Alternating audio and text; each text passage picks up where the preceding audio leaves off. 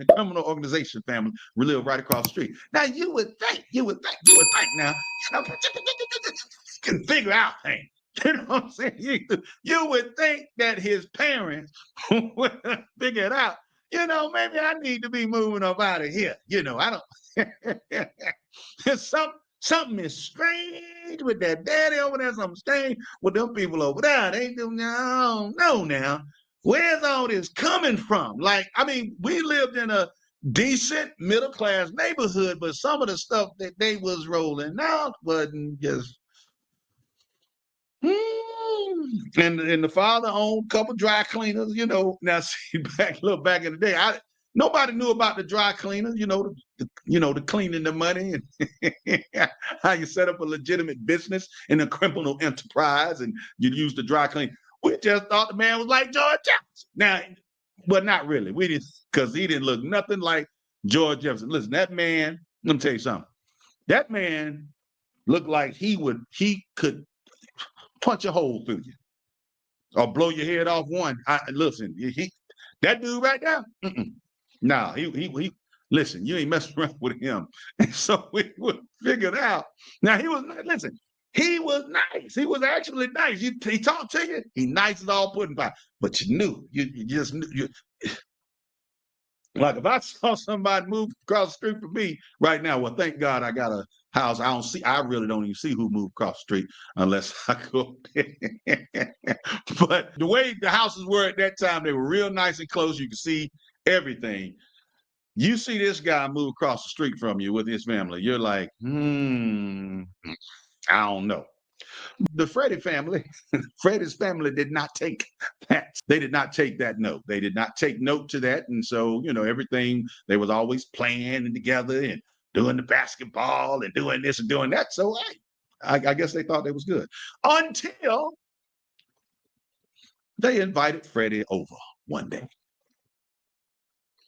But Freddie didn't know what was waiting for him in the house. He went in the house, and the next thing I know, I'm hearing screaming, yelling, all types of terrible sounds. And when he comes out, his face was scratched up. He was beat up. Eyes, face, cheeks, everything. It was terrible. They had basically held that boy down and let that young lady, my next door neighbor, beat the heck out of that young man. Suffice to say, the white flag was on full force after that. They was gone. Everybody, they was out of there. They was out of there. They wasn't messing around no more. They was like, nope, no way. And I don't blame them. I don't know why my parents didn't get the message. I don't know why they didn't get the memo. But they stuck around. I guess they say, but these are black people. These are black people. They are, they're not going to do anything to us. We're all black. We're all the same. Okay. See, See, that's why I always say you got to know about this Christ identity. See, just because somebody's the color of your skin does not mean that they with you. Huh? See, as believers, we should not be getting with people because of the color of their skin. We should be getting with them because of the color of their heart. It needs to bleed red, Jesus red. You need to be a Christian.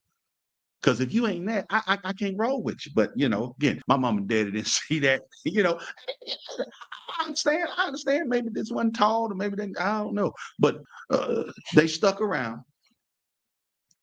and I became their next victim. Oh yeah, I became their next victim. I was their next victim. And it was a real mess. It was a real mess. And, I wish my parents had moved me out, but you know what? Or at that time, I wish they would have moved me out. Now, because I learned that all things work together for the good of them that love the Lord and are called of his purpose. I learned Genesis 50:20, where it says, what was meant for evil, God will turn around for our good. So, I can be a Joseph. Ain't no problem. Ain't no problem. We can do a Joseph time. We can do a David. We can do it all. Ain't no problems because God will work it out. And so, anyway, I stayed up there and we went ahead and, stayed around. Well, lo and behold, like I said, I became the ire of not only these people, but everybody in the neighborhood. Because again, the criminal organization family, they controlled everybody. Everybody knew they was the ones. Now, because of my stepdad, I wasn't really, rolling with that, and I might have been too young to kind of understand that anyway. But either way, I wasn't going to roll with that either way. I just, stepdad didn't build me like that. And so even though I had my dad, who was very articulate and, okay, Kevin, and we're going to talk properly, and we're going to be a peaceable. That wasn't the way that my stepdad had raised me. So yeah, that's not the way my stepdad raised me. So they can try to control everything, but hey, you know what I'm saying? I'm Kevin Zachary. Bro, you wish you would. I'm not doing all that. I'm gonna be myself. Now I'm not trying to pick a fight. I'm not looking for a fight, but you controlling me. I'm not used to that. So anyway, they controlled everybody in the neighborhood. And so I was, getting picked on a whole lot. And this one particular day, this young man named Pee Wee, his name was Pee Wee. And I remember his name because his name was Pee Wee. I mean, that's you're gonna remember that name. You don't remember that name. And so Pee Wee, Pee Wee decided that he wanted to be the next person to pick on me. Now, a lot of these people, or most of these people, were older than me, and Pee Wee might have been 3-4 years older than me. And he decided that he was going to beat me up. I didn't do anything. I was just being me. They might have been trying to do something like, ride their bikes in somebody's yard when the person said that they weren't supposed to ride the bikes in the yard. They might have been wanting to throw rocks at the cars or whatever the situation. I'm not saying every time they was doing something bad, but hey, a lot of times they went up to no good. And so, Pee Wee was saying whatever, and I came in. No, no, I remember what it was. Okay.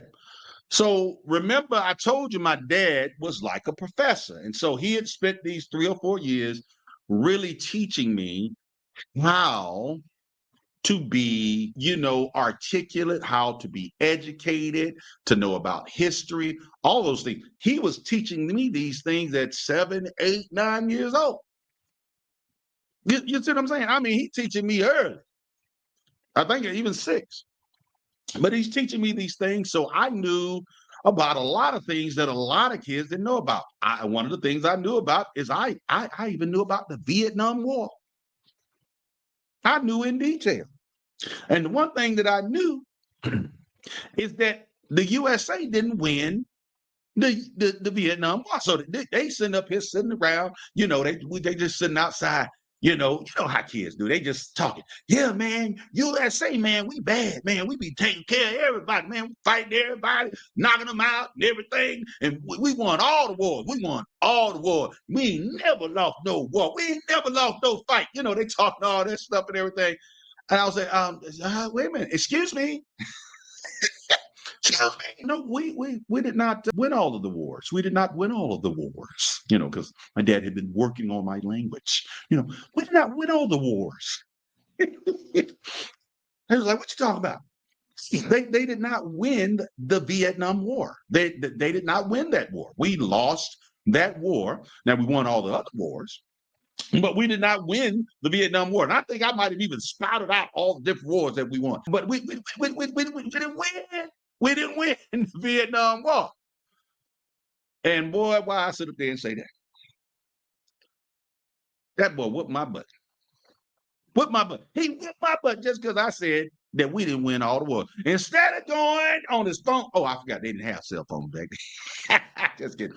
But instead of him checking with his dad, instead of him, humbling himself, no, this boy I'm gonna show him. You don't sit up there and reject and disavow and put down and disagree with what I done said. My name is Pee Wee. Now, the thing about Pee Wee, the reason why Pee Wee felt empowered to do that is because he was very tight. Okay, he was very tight with the organized crime family. He was very tight with them. They was down like 4 flat tires. They was the ones. You see what I'm saying? And this was even though Pee Wee really wasn't that type of guy. He really wasn't raised that way. His dad was very, I'm telling you, if I knew where Pee Wee was today, I can tell you right now, Pee Wee, no, he wasn't into all that. Okay. But he was not willing to stand up against that. He was not willing to say, no, that's okay. We can be nice and friendly, but there's certain things I'm just not going to do. I'm not going to agree with. I'm not going to participate with. He could have done it, but he wasn't going to do that. Pee Wee wasn't going to do that now. And it might have been because he didn't have a stepdad like I did. So again, look, stepdad did a lot of bad things. He did not show me a lot of, good things. But the one thing he did is he showed me that I ain't backing down from nobody. I'm not going to do it. Not going to do it. Now, I'll seek peace. I won't be all that stuff like that. But I'm not going to back down if you trying to get me to do wrong. Okay? Then I'm not going to do wrong in order to make it right. I'm not going to do that. Now I'll seek peace, but I'm not going to do that. I'm not going to say you right and lie for you when you wrong. I'm not going to do that. And so I wasn't that guy. But Pee Wee, Pee Wee wasn't, because I'm going to tell you right now, Pee Wee was in a regular situation on the regular street, man. Yeah, he would have been, he would have been the little sped, the little kid that, he knew how, like he was a chameleon. Let's just put it like that. He was a chameleon. And so he was willing to change to whatever color he needed to change to, but it wasn't really him. It wasn't really him. He was not being true to his identity. That wasn't his identity, but he did it anyway because he didn't want to get into a fight with the organized crime family. And so this particular day, I told him, hey, Vietnam War was not a thing. It was not a thing. That didn't happen like that. Pee Wee, they lost the Vietnam War. How do you know that? My daddy told me. And and then he beat me up. So I go in the house crying. Again, Pee Wee is like, I'm like 8, maybe. He's 12. It was a big gap. I go inside. My dad was not at home. My dad was not at home. Nope. My dad was not at home. The only people who was at home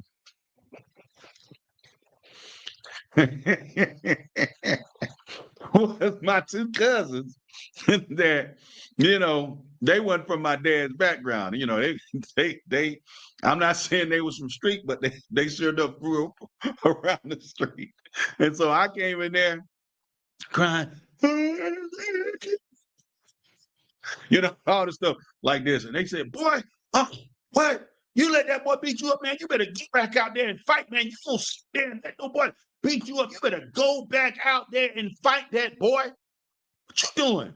No cousin of mine gonna do that. Now I was hoping that they would go out there and settle the situation. But they didn't do that. They say, no, you go back out there and settle that situation. So they bumped me up. And because again, I had been raised by stepdad. Stepdad. I had a little of that thing in me. I said, okay, okay. Okay, you want to treat me like this? All I'm trying to do is educate you, boy, and tell you who really want to. Okay, you want some? Okay, okay, we gonna handle this. So I go out back outside with the intent that I'm gonna settle this thing. We gonna hey, you gonna find out today. You gonna find out. So back in the day, it was set up to where what would happen was if you were playing and stuff like that back in the day, 25 minutes after the fight had happened, you could go outside, back outside and play with your street mates. Oh yeah. Now you can't do that today. Now you can't get that. No, no. Not today. It's especially in certain places. But back then, you could go back outside 25 minutes later. So I went back outside about 25 minutes later and saw all the other kids and Pee Wee. And Pee Wee was out there, he was talking and stuff, still talking stuff. He's probably still talking about the war and all that stuff like that. And I say, okay, he's talking. His head was going, he was talking, and I was looking at that head, and I was looking at that head, and that head was going back and forth, and I was measuring the head. I was measuring the head because I was like, I'm gonna that head, boy, that head was going. And then all of a sudden I was like, I got that boy good. But you know what? That boy was so mad he beat my butt again. I mean, he beat my butt again. But you know what? I don't even remember the beating because I was so happy that I had knocked that head. I stood up for myself because I wasn't going to let him take me out like that. And from that point on, I didn't let folks just, take advantage of me or what they call punk me. No, you weren't gonna do that. You weren't gonna just make me do anything. As a matter of fact, after that point, and I wasn't trying to get into fights, but I didn't lose another fight. I lost one other fight during my whole time of childhood after that. All the rest of the fights, and I'm talking about there was a lot of them. Shoot, it might have been more than 100.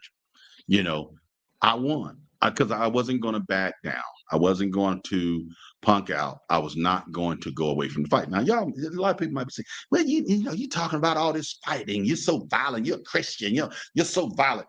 Folks, you're missing the point. When David fought Goliath, he was in a fight. Some fights are worth fighting. Many of the fights that I had, I didn't have a choice. I didn't have a choice. It was just because of something that I said. I'm standing up for the right thing. I'm standing up for Christ or whatever the case may be, or standing up for a person that they're going up against. And I was not willing to back down. And so they start swinging. And I will swing back because you just not gonna be hitting me like that. No. I'm like, Dave, you killed the lion, I killed the bear, you about to get got. So I went through a lot of that growing up, and that goes into what I was saying, that I had a lot of challenges from people, that just did not like me. They put me down. It hurt me. It hurt my self-esteem. I didn't want to be disliked. I didn't want to be the one that nobody liked. I wasn't trying to do anything. I was just being who I was. I was being myself. And the thing about it is that my stepdad, along with my dad, taught me to be myself. I just happened to be a combination platter. On one end, I was, "Hi, how are you?" It's a delightful day. On one side, I was Young Singers of Calamore. All that stuff like that. But on the other side is what? I'm not doing that, brother. What? You got me twisted. No, no, sir. You're not gonna be hitting me like no, sir. As a matter of fact, don't even raise your hand. Don't even raise your hand. God bless you all. Remember, the real fight is over the quitting. And I will never, ever quit. God bless you. As always, we are blessed to be a blessing, and our desire is that we have been a blessing to you. Peace.